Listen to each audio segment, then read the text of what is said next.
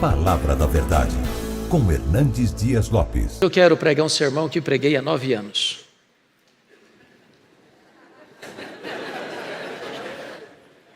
Então, quem estava aqui há 9 anos vai escutar de novo. Mas a repetição é uma lei pedagógica. E esse texto que vou pregar hoje tem a ver com o tema do culto de hoje, que é felicidade. Então, abra sua Bíblia comigo em Filipenses capítulo 4, verso 4. Filipenses 4, 4. Está escrito o seguinte: alegrai-vos sempre no Senhor. Outra vez digo, alegrai-vos. Toda a igreja comigo? Alegrai-vos sempre no Senhor. Outra vez digo, alegrai-vos. E eu quero começar fazendo uma pergunta a você nesta manhã. É bem verdade que é uma pergunta pessoal. E eu sei que você não gosta de perguntas pessoais. Aliás, nenhum de nós gosta. Porque toda pergunta pessoal invade a nossa privacidade, de certa forma nos põe contra a parede. E nós não gostamos que ninguém invada a nossa vida sem pedir licença. Entretanto, farei essa pergunta a você como se nós estivéssemos numa conversa bem particular. E a pergunta é esta: você é uma pessoa feliz? Você é uma pessoa feliz? Não é preciso ter muita pressa para responder esta pergunta, porque ela não é tão simples e não é tão óbvia como parece. Eu explico. Em 1991, nós estivemos com a caravana na missão Quassisabanto, na África do Sul. E uma pessoa que nos acompanhava perguntou à esposa de um missionário daquela missão assim: você é submissa ao seu marido? E a mulher deu uma resposta inteligentíssima. Ela respondeu assim: eu posso lhe garantir que o meu marido me ama. Mas se eu sou submissa a ele ou não, essa pergunta não tem que ser feita a mim, tem que ser feita a ele. E eu gostei da resposta. Então vou mudar a minha pergunta. Seu marido pode garantir que você é uma mulher feliz? Sua mulher pode garantir que você é um homem feliz? Lá em Provérbios 31 diz que os filhos da mulher virtuosa se levantavam e diziam assim: mamãe é uma mulher feliz. Seus filhos podem dizer isso a seu respeito? Seus pais? Seus amigos? Bom, é provável que a essas alturas você já esteja criando alguns mecanismos de defesa aí no seu coração. O pastor está me fazendo essa pergunta porque ele não conhece a minha história. Se eu contar a minha história, até pedra chora. Será que dá para ser feliz? Tempo de pandemia, mais de 6 milhões de pessoas ceifadas na pandemia. Muita gente fechou seu comércio, deu uma retrocedida na vida financeira, lutas de todos os cantos, por todos os lados. Dá para ser feliz? Quando Paulo escreveu esse texto aqui, ele não estava hospedado num hotel 5 estrelas em Roma. Ele estava numa prisão, algemado, acusado pelos seus irmãos, os judeus.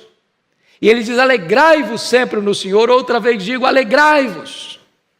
E ele nos ensina 3 verdades aqui. Primeira, a alegria não é uma opção. A alegria é um mandamento. A alegria aqui não é substantivo, é verbo. E verbo no imperativo. Alegrai-vos. Vou lhe dizer que ser uma pessoa triste é um pecado de desobediência a uma ordem expressa de Deus. Isso porque o Evangelho é boa nova de grande alegria. O reino de Deus é alegria no Espírito Santo. O fruto do Espírito é alegria. E a ordem de Deus é alegrai-vos. Mas o texto diz assim: alegrai-vos sempre. Me permita uma pergunta: você tem problema na sua vida? Ou sou eu que tenho na minha? De vez em quando a grana fica curta também? De vez em quando alguém da sua família fica doente também? Quando ele diz alegrai-vos sempre, o que ele está querendo dizer? que esta alegria, além de imperativa, é ultra circunstancial. Hoje, gente, até um ateu consegue estar feliz quando está tudo bem com ele. A questão é se você continua sendo feliz apesar da luta, apesar da enfermidade, apesar dos problemas financeiros, ou apesar da crise nacional ou mundial. Agora, ele diz assim: alegrai-vos sempre no Senhor. A nossa alegria, meus irmãos, não é um sentimento, não é uma emoção. A nossa alegria não procede de uma circunstância favorável. A nossa alegria tem nome, tem endereço. A nossa alegria é uma pessoa. A nossa alegria é Jesus. Se você tem Jesus, você é uma pessoa feliz. Se você não tem, você tem momentos felizes. Mas a alegria é cristocêntrica. Então Paulo está dizendo que a alegria imperativa é ultra circunstancial e é cristocêntrica. Bom, vocês todos conhecem a história do advogado de Chicago chamado Spafford. Dr. Spafford foi levado a Cristo no ministério de Wycliffe Moody no século XIX. Ele era um homem muito rico. E todos sabem que quando Moody estava fazendo uma campanha missionária evangelística em Chicago, houve um grande incêndio na cidade e muita gente morreu, muita gente perdeu seus bens e Dr. Spafford sofreu um golpe financeiro com aquele incêndio. Ele tinha um filho e 4 filhas. Logo depois o filho morre.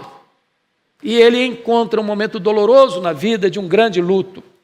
Então ele resolve fazer uma viagem com a esposa, com as 4 filhas para a Europa, para ter um tempo de refrigério. E na véspera da viagem ele não consegue embarcar. Problemas dos seus negócios, das suas empresas. E ele embarca a esposa e as 4 filhas com a promessa de que na semana seguinte iria ao encontro delas. Naquela viagem aconteceu um grave acidente, o navio naufragou. E a esposa manda um telegrama para ele: salva, porém só. As 4 filhas morreram no acidente. Quando ele vai ao encontro da esposa, ele pede ao comandante do navio para mostrar para ele o local do acidente onde as suas filhas morreram. E o Deus que inspira canções de louvor nas noites escuras colocou no coração dele uma canção, e ele a escreveu, e é um hino que cantamos, e ele só escreveu esta canção em toda a vida. Se paz a mais doce me deres gozar, se dor a mais forte sofrer, ó seja onde for, tu me fazes saber que com Jesus feliz eu sempre sou feliz com Jesus, meu Senhor. Eu não perguntei se você está feliz hoje. Estar em uma situação passageira. Eu perguntei se você é feliz. Um pai que vê suas filhas morrer ou sofre a dor do luto dos filhos, não está feliz. Mas se tem Jesus, ele é feliz. Ele é feliz. Então, eu gostaria de olhar para esse texto e dizer que há alguns crentes que, embora salvos pela graça, não estão desfrutando desta alegria. Basta olhar no semblante delas. A grande pergunta é: o que tem roubado, ou quem tem roubado essa alegria do nosso coração? Parece-nos que esta carta, a carta da alegria, revela-nos quem está roubando a nossa alegria. No capítulo 1, versículo 12, confirem comigo, quem rouba a nossa alegria são as circunstâncias da vida. Ele diz: meus irmãos, eu quero cientificar-vos que as coisas que me têm acontecido têm antes contribuído para o progresso do Evangelho. As circunstâncias da vida tiram a nossa alegria. Sabe por quê? Elas acontecem à nossa revelia. Você não planejou, você não sonhou, você não programou, e de repente as coisas acontecem. É um acidente, é uma enfermidade grave, é um luto doloroso, é um divórcio amargo, é uma situação que você nunca imaginou passar pela vida, mas está passando. Se você não tomar cuidado, as circunstâncias levam embora a sua alegria. Imagine você indo para um médico, para um exame de rotina e descobre que está com uma doença grave. Ou imagine você chegar na empresa e ser levado para o RH e dizer: olha, a partir de hoje os seus serviços estão sendo dispensados. Ou imagine você, um casamento de 20 anos, de repente um fato acontece e o casamento acaba. Circunstâncias. Quando Paulo diz isso, meus irmãos, eu quero que vocês saibam que as coisas que me aconteceram têm antes contribuído para o progresso do Evangelho. Eu preciso perguntar para Paulo, o que aconteceu com você, Paulo? O que aconteceu? Que circunstâncias são essas? E ele poderia resumir para nós dizendo o seguinte: olha gente, eu fui perseguido em Damasco, eu fui rejeitado em Jerusalém, eu fui esquecido em Tarso, eu fui apedrejado em Listra, eu fui açoitado em Filipos, eu fui escorraçado em Tessalônica, eu fui enxotado de Bereia, eu fui chamado de tagarela em Atenas, eu fui chamado de impostor em Corinto, eu enfrentei feras em Éfeso, eu fui preso em Jerusalém, eu fui acusado em Cesareia, eu enfrentei um naufrágio para Roma, eu fui picado por uma cobra em Malta, mas eu quero que vocês saibam que as coisas que me aconteceram têm antes contribuído para o progresso do Evangelho. Se você não olhar para a vida sob a perspectiva da soberania de Deus, as circunstâncias podem levar embora a sua alegria. Porque Paulo estava preso em Roma, ele diz, em Filipenses 1, 3 coisas aconteceram com ele. As igrejas foram mais encorajadas a pregar. Segundo, toda a guarda pretoriana tomou conhecimento das suas cadeias em Cristo. O que era a guarda pretoriana?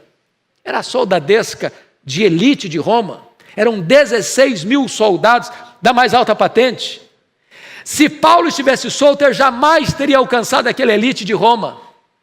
Quis a providência carrancuda de Deus que ele estivesse algemado, porque ele era um prisioneiro de César, e ele tinha que ter um soldado algemado com ele todo dia, 3 turnos por dia, durante 2 anos, tempo oportuno, para ele evangelizar toda a guarda pretoriana. E ele escreve no capítulo 4, verso 22, os santos vos saúdam, especialmente os da casa de César. O Nero não sabia na época, mas Deus o havia constituído em presidente das missões estrangeiras do império, porque colocaram lá dentro do palácio o maior evangelista e diante dele o seu auditório. Quando você de repente olha para a sua vida e parece que as coisas estão de ponta cabeça, Deus está escrevendo o capítulo mais importante e emocionante da sua vida. Porque Paulo estava preso em Roma e não podia viajar. O que ele fez? Começou a escrever cartas. As cartas da primeira prisão, Efésios, Filipenses, Colossenses, Filemão. Se Paulo estivesse solto, nós não teríamos essas joias na nossa Bíblia. Então, olhe para as circunstâncias da sua vida na perspectiva da soberania de Deus. Nós cantamos agora há pouco, todas as coisas cooperam para o bem daqueles que amam a Deus. Vamos ao segundo ladrão da alegria? Capítulo 2, verso 5. Ele diz, tende em vós o mesmo sentimento que houve também em Cristo Jesus. Ele está tratando aí de relacionamentos. E o segundo ladrão que pode tirar nossa alegria, irmãos, são as pessoas. Eu preciso dizer para você que a gente sofre mais por causa de gente que por causa de coisas. As pessoas nos fazem sofrer e chorar mais do que as circunstâncias. Sabe por quê? Porque as pessoas nos decepcionam. E nós decepcionamos as pessoas. Nós não somos uma pessoa perfeita. Nós não viemos de uma família perfeita. Nós não nos casamos com uma pessoa perfeita. Nós não temos filhos perfeitos. Nós não frequentamos uma igreja perfeita. Logo nós vamos ter queixas uns dos outros.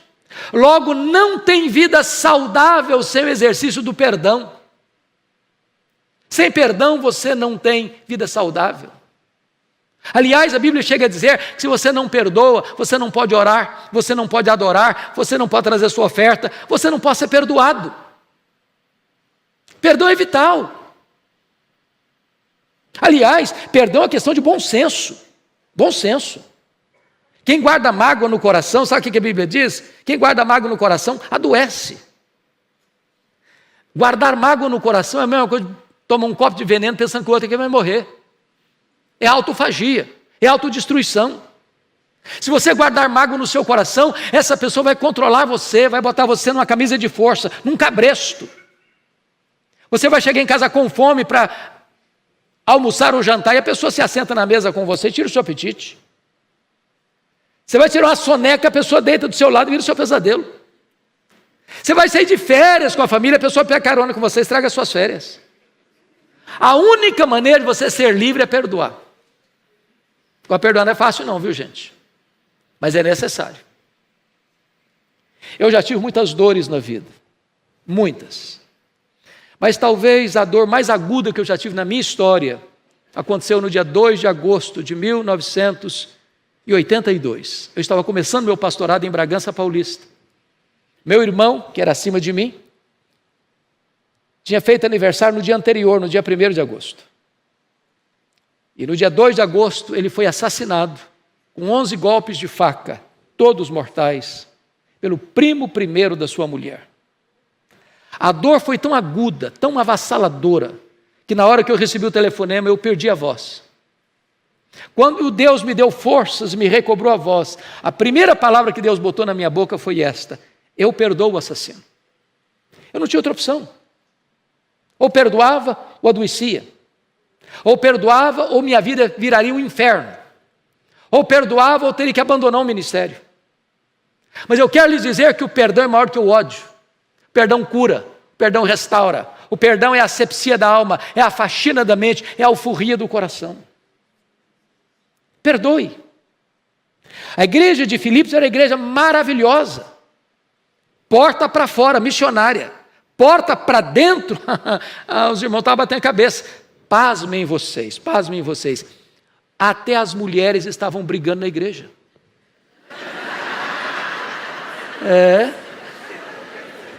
Meus irmãos, quando as mulheres brigam, a coisa está feia. Capítulo 4, verso 2, ele diz: roga a Evódia, roga a Síntique, pensem concordemente no Senhor. No dia que a Síntique dirigiu o trabalho na igreja, a Evódia não aparecia lá não. Se a Evódia dirigisse algum trabalho na igreja, a Síntique não ia também não. Era uma confusão. Tinha gente na igreja de Filipos que trabalhava, desde que o grupo dele, o partido dele, ficasse debaixo dos holofotes, partidarismo. Tinha gente que era narcisista, só pensava nele mesmo. Eu acho que tinha gente sempre para Paulo: Paulo, você não está aqui não, Paulo. Tem gente nessa igreja que dá azia em copo de bicarbonato. Aí Paulo diz assim: então tende em vós o mesmo sentimento que houve também em Cristo Jesus. Porque ele, sendo Deus, não julgou como usurpação ser igual a Deus. Antes a si mesmo se esvaziou, assumindo a forma de servo e se humilhando até a morte, e morte de cruz.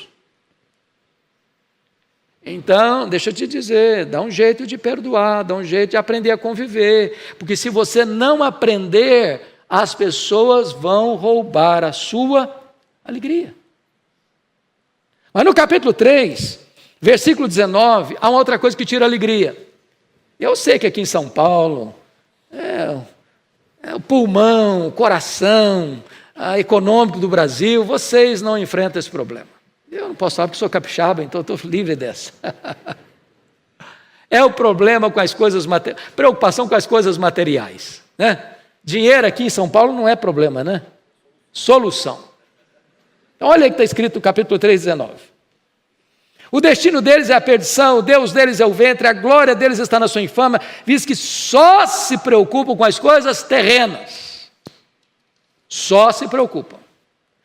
Tem gente que acorda de madrugada, vai dormir tarde, come penosamente o pão que granjeiam, porque só se preocupam com as coisas terrenas. Tem gente, irmãos, que vive e morre por causa de dinheiro. Casam e descasam por causa de dinheiro. Corrompem e são corrompidas por causa de dinheiro. Matam e mandam matar por causa de dinheiro. Porque só se preocupam com as coisas terrenas. O dinheiro é mais do que uma moeda. O dinheiro é um espírito, diz a Bíblia. É mamon. É o maior feitor de escravos do nosso mundo, do nosso planeta, da nossa geração. É o ídolo mais adorado da nossa geração. Porque há algumas pessoas que só se preocupam com as coisas terrenas. O Dr. Toncini, no livro dele, O Lado Oculto da Globalização, diz que nós vivemos hoje numa cultura global e numa economia global. Isso é verdade. Me permita um exemplo. Em 2008, o mercado imobiliário americano deu uma bambeada. Vocês sabem disso. E não foi só o mercado imobiliário americano que bambeou, não. Atingiu a economia global. Eu sou do estado do Espírito Santo, vocês sabem que o Espírito Santo hoje é o maior produtor de granito do mundo. Do mundo. Muitos donos de pedreiras no meu estado quebraram em 2008. Por causa do mercado imobiliário americano ter dado uma fragilizada. Porque a economia é global. Dá um terremoto lá na bolsa de Nova York, de Singapura, de Tóquio, o terremoto abala o seu bolso aqui e agora. Porque a economia é global. Toncini disse que no mundo hoje, mais de 50% da riqueza do planeta está nas mãos de pouco mais de 100 empresas particulares. Há empresas mais ricas do que nações. Por exemplo, a Toyota é mais rica do que a África do Sul. A GM é mais rica do que a Noruega. O Walmart é mais rico do que dezenas de países. O grande problema é que essas empresas, elas querem mais do seu tempo e mais do seu dinheiro.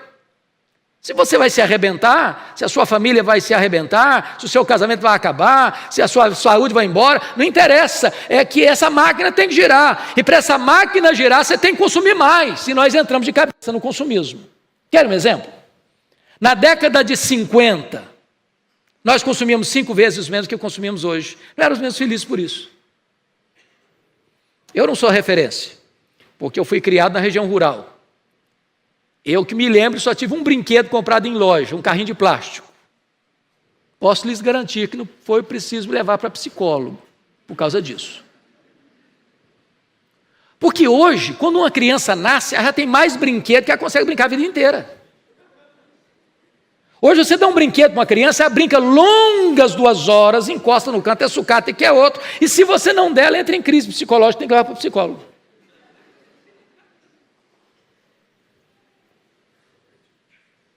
Eu tenho um amigo que tem 3 mulheres. Obviamente a esposa e 2 filhas. Não vai pensar mal do meu amigo, por favor, né, gente? Num dia de casamento, elas disseram para ele assim: temos que comprar sapatos novos. Ô, gente, quem duvida disso? Ué, casamento é tudo novo, né? A lei parece que diz isso. Consumismo diz isso. Mercado diz isso. Mas ele diz para elas assim: vamos dar uma olhadinha no que nós já temos? Abriu um super poderoso armário e contou 151 pares de sapatos. Tinha que comprar mais um. Como é que você chama isso? Consumismo. Então deixa eu lhe dar uma definição de consumismo. Consumismo é quando você compra o que você não precisa, às vezes com dinheiro que você não tem, para impressionar pessoas que você não conhece. O grande problema é que algumas pessoas só se preocupam com as coisas terrenas. Dr. John Rockefeller foi o primeiro bilionário do mundo. O primeiro homem no mundo a fazer $1 bilhão foi John Rockefeller. E ele dizia que o homem mais pobre que eu conhecia era o homem que só tinha dinheiro. Quando ele morreu, um curioso foi ao cemitério para fazer uma pergunta para o contador dele, o cara que mexia com a riqueza, com a fortuna, com o império econômico do Rockefeller. Conseguiu chegar perto do cara e perguntou assim: e aí, cara, me conta, quanto o doutor John Rockefeller deixou? O contador olhou muito surpreso para ele e perguntou: mas você não sabe? Eu falei: não, me conta. Cara, ele deixou tudo, ele não levou nem um centavo. Não tem caminhão de enterro, de mudança em enterro, não tem gaveta em caixão.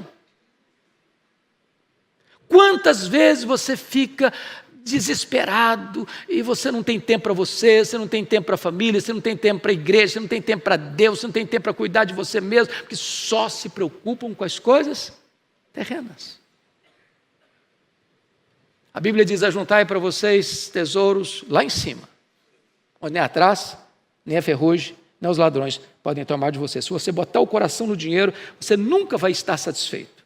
O dinheiro não é problema não, o dinheiro é uma bênção, viu, gente? Se vocês tiverem problema aí, pode transferir para a minha conta sem problema nenhum. O problema não é ter dinheiro, o problema é o dinheiro ter você. O problema não é possuir riqueza, o problema é a riqueza possuir você. O problema não é o dinheiro, o problema é o amor ao dinheiro. Se você botar o coração no dinheiro, você nunca vai ser feliz, porque você nunca vai ter o suficiente. Mas vamos ao capítulo 4, porque se você não tomar cuidado, tem outra coisa que tira a sua alegria. Está lá no capítulo 4, versos 6 e 7. Paulo diz assim: não andeis ansiosos de coisa alguma, em tudo, porém, sejam conhecidas diante de Deus as vossas petições, pela oração e pela súplica, com ações de graças. E a paz de Deus, que excede todo entendimento, guardará o vosso coração e a vossa mente em Cristo Jesus. Então, o que pode tirar a sua alegria, em quarto lugar, é a ansiedade. E me permita uma perguntinha básica. Você conhece alguma pessoa ansiosa? Conhece? Você já viu alguma pessoa ansiosa hoje? Hoje, viu? Tem certeza? Vocês se olharam no espelho? Mas fui para cá. Ô, gente, a ansiedade é o mal desse século. Atinge pessoas de todos os níveis sociais, todas as faixas etárias, todos os credos religiosos. Pasmem vocês, até as crianças estão ansiosas hoje. Hoje é também puderas, né? Parece que criança hoje não dá para ser criança mais, porque com 3 anos, 4 anos, você já bota uma mochila nas costas do coitadinho e haja agenda para ele. Haja agenda. Eu gosto muito de brincar com as crianças. E um dia eu cheguei na igreja, tinha uma criança brincando assim, tranquila. Pelo menos parecia. E eu cheguei, assim, meio de surpresa, filha, que vidona, hein? Ela olhou brava para mim e disse, o senhor é que pensa. Eu falei, coitadinha, está estressada. Estava pregando aqui em São Paulo há poucos dias, no intervalo de uma palestra para outra, subi para tomar um cafezinho, tinha uma filha, uma menina, seus 10 anos, fazendo uns desenhos. Falei, e aí, minha filha, como é que está a vida? Falei, estou estressada. Falei, como? Estou estressada. Ansiedade. Sabe o que significa a palavra ansiedade no grego? Estrangulamento. Apertar o pescoço, tirar o oxigênio. A Bíblia diz que a ansiedade é inútil, porque por mais ansioso que você esteja, você não pode acrescentar um côvado à sua existência. Aliás, a ansiedade é prejudicial. Sabe por que prejudicial? A ansiedade é preocupação, é você se ocupar antes de um problema que ainda não está acontecendo, que talvez aconteça. Estatisticamente, 70% dos assuntos que nos deixam ansiosos nunca vão acontecer. Mas a gente sofre assim mesmo, antecipadamente. Me permita ilustrar isso. Eu fui seminarista em Campinas, em 78 e 81. E a gente tinha um bebedouro que ficava no final do corredor. Aí um dia eu levantei de madrugada para beber água. Estou indo pé por pé para não acordar ninguém. Eu olho a porta do quarto de um colega aberta. Quando eu olhei melhor, ele estava chorando, mas chorando mesmo, convulsivamente. E eu entrei apressadamente, falei, deve ter acontecido alguma coisa, um acidente na família, alguém morreu, alguém está numa situação terrível no hospital. E eu entrei e falei, o que está acontecendo? O que houve? Alguém morreu na sua família?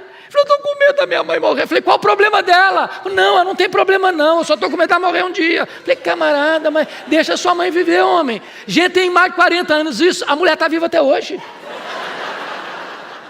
Ansiedade. Pior do que isso, foi uma mulher que chegou no gabinete pastoral com a criança de 3 anos no colo, chorando. Não, a criança não, a mãe chorando. Falei, o que houve, mãe? Qual o problema? Estou com medo da minha filha crescer e não casar. Falei, mas nem cresceu ainda. Ansiedade. Mas a ansiedade, meus amados irmãos, Jesus Cristo disse que é incredulidade. Os gentios que não conhecem a Deus é que se preocupam com todas essas coisas. Que comeremos, que beberemos, com que nos vestiremos. Mas vós deveis buscar, em primeiro lugar, o reino de Deus e a sua justiça. E as demais coisas vos serão acrescentadas. Como é que resolve isso? Tem remedinho na farmácia? Tem comprimido? Tem uma injeção que você toma assim, falou, daqui a 6 meses você pode ficar tranquilo que não tem mais ansiedade no seu coração, não. Qual a receita para curar a ansiedade? Paulo nos dá 3 remédios. Ele diz, não andeis ansiosos de coisa alguma. Em tudo, porém, sejam conhecidos diante de Deus as vossas petições, pela oração, pela súplica, com ações de graças. A palavra oração aí no grego traz a ideia de adoração. Então Paulo está falando de 3 remédios. Primeiro, adoração, petição ou súplica, que é a mesma coisa, e ações de graças. Me permita uma pergunta. Você sabia qual a diferença entre adorar a Deus e dar graças a Deus? Você adora a Deus por quem Deus é. Você dá graças a Deus pelo que Deus faz. Então, vamos usar o primeiro remédio para curar a ansiedade. Você vai adorar a Deus por quem Deus é. Então, vou fazer uma oração agora de adoração, tá certo? É o que Paulo manda fazer para curar a ansiedade. Eu chego para Deus e digo, meu Deus, eu quero te adorar, porque Tu és o Deus da minha vida. Tu és o meu Criador, o meu provedor, o meu protetor, o meu Redentor, o meu Consolador. Eu quero te adorar porque Tu és o Deus único, vivo e verdadeiro, o Deus autoexistente, o Deus imenso, o Deus infinito, o Deus eterno, o Deus imutável, o Deus onipotente, o Deus onipresente, o Deus onisciente, o Deus transcendente, o Deus soberano. Eu quero te adorar porque Tu és o Deus fiel, justo, verdadeiro, misericordioso, compassivo e rico em misericórdia, e tem prazer em perdoar. Eu quero te adorar porque Tu és a minha alegria, a minha paz, a minha justiça, a minha herança, a minha recompensa. Eu quero te adorar porque Tu és o Deus da minha vida, em nome de Jesus, amém. Aí eu termino essa oração e digo assim, oh meu Deus, mas eu estou tão ansioso, Senhor. Aí não combina mais. Ou retiro a oração, ou retiro a ansiedade. Quem é o seu Deus? Quão grande é o seu Deus? Quão poderoso é o seu Deus? Adore-o. E não haverá espaço mais para ansiedade no seu coração. Mas em segundo lugar, ele diz, você resolve o problema da ansiedade quando você suplica a Deus. Ele é seu Pai. Ele conhece você, Ele conhece seu nome, Ele conhece o seu passado, Ele conhece o seu presente, Ele conhece o seu futuro. Ele amou você antes da fundação do mundo, Ele mandou o seu filho morrer em seu lugar, Ele habita em você pelo Espírito Santo, o seu nome está escrito no livro da vida. Ele sabe a sua luta, Ele sabe a sua dor, Ele conhece as suas lágrimas, Ele conhece as palavras que nem você consegue proferir. Coloca a sua causa diante dEle, Ele tem cuidado de você, se importa com você. Mas Ele disse que você quer curar a ansiedade? Comece a dar graças a Deus.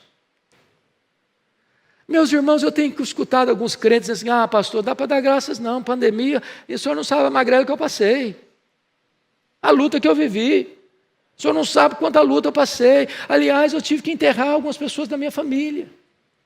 Como assim dar graças? Você tem motivo para dar graças? Você está vivo, você está aqui, no ano de pandemia você está aqui, gente melhor do que você e eu, partiu para o Senhor, você está aqui. Se você acha que você não tem motivo, deixa eu fazer algumas perguntas. Quanto vale os seus olhos? Você está enxergando? Quanto vale? Quanto vale o fato de você estar me escutando? Quanto vale? Quanto vale você ter mãos para trabalhar, para abraçar? Quanto vale? Quanto vale você ter pernas para andar e não estar numa cadeira de roda? Quanto vale isso? Quanto vale você ter um cérebro que funciona e você está conectado com o mundo? Quanto vale isso? Quanto vale você ter um coração que bombeia sangue para o seu corpo, dá vida ao seu corpo? Quanto vale isso?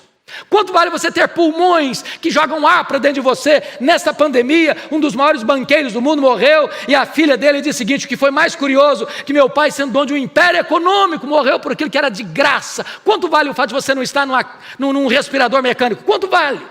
Quanto vale você ter rins que filtram as impurezas do seu corpo? Você não está numa máquina de hemodiálise. Quanto vale isso? Quanto vale você ter uma família? Quanto vale você ter uma casa? Quanto vale você ter um lar? Quanto vale você ter uma cama para dormir? Quanto vale você ter roupa quente para vestir? Quanto vale você ter uma igreja? Quanto vale você ter o seu nome no livro da vida? Quanto vale você ser cidadão e cidadã do céu? Quanto vale isso? Pare de murmurar, pare de reclamar, comece a dar graças a Deus, e não haverá mais espaço para ansiedade no seu coração. O resultado é a paz de Deus, que excede todo entendimento, que vem guardar o seu coração e a sua mente em Cristo Jesus. E a palavra guardará lá no grego é montar guarda, montar sentinela. Quando a ansiedade quer entrar, tem uma soldadesca divina ao redor da sua cabeça e do seu coração, da sua razão e dos seus sentimentos. A paz de Deus. Por isso Paulo pôde dizer de uma cadeia, alegrai-vos sempre no Senhor. Outra vez digo, alegrai-vos. Quando era criança, eu escutei uma frase numa igreja que desceu quadrado. Sabe quando desce quadrado? Arranhando. E a frase foi essa: projeto de Deus na sua vida não é fazer você feliz, é fazer você santo. Pensei, meu Deus, é isso mesmo? A primeira parte eu concordo plenamente, sede santos porque eu sou santo. Mas será que o projeto de Deus não é fazer você feliz? Também? Eu acho que a melhor resposta a essa questão foi dada pelos puritanos, quando escreveram aquilo que nós chamamos dos símbolos de fé da nossa igreja, os catecismos de Westminster. Confissão de Fé de Westminster, e a primeira pergunta do catecismo foi esta: qual é o fim principal do homem? E a resposta foi: o fim principal do homem é glorificar a Deus e gozá-lo para sempre. Aí eu tenho que concordar com o pastor batista, John Piper, quando ele diz o seguinte: o maior problema nosso não é a busca da felicidade, não é o hedonismo. Não. O problema do homem é se contentar com a felicidade pequena demais, terrena demais, limitada demais, quando Deus nos criou para a maior de todas as felicidades. A felicidade de conhecê-lo, de amá-lo, de fruí-lo, de glorificá-lo. Então eu preciso dizer para você nesta manhã que Deus quer que você seja muito feliz, mas abundantemente feliz, mais plenamente feliz, mais maiusculamente feliz, mais superlativamente feliz, mais eternamente feliz. Alegrai-vos sempre no Senhor. Outra vez digo, alegrai-vos. E eu quero terminar pedindo licença a vocês para lhes fazer uma pergunta. Aliás, uma pergunta pessoal. E eu sei que vocês não gostam de perguntas pessoais. Aliás, nós não gostamos de perguntas pessoais porque toda pergunta pessoal invade a nossa privacidade e nos põe contra a parede. Mas eu vou lhe fazer esta pergunta como se nós estivéssemos uma conversa bem particular. E a pergunta é esta: você é uma pessoa feliz? Que Deus nos ajude a dar essa resposta esta manhã. Amém.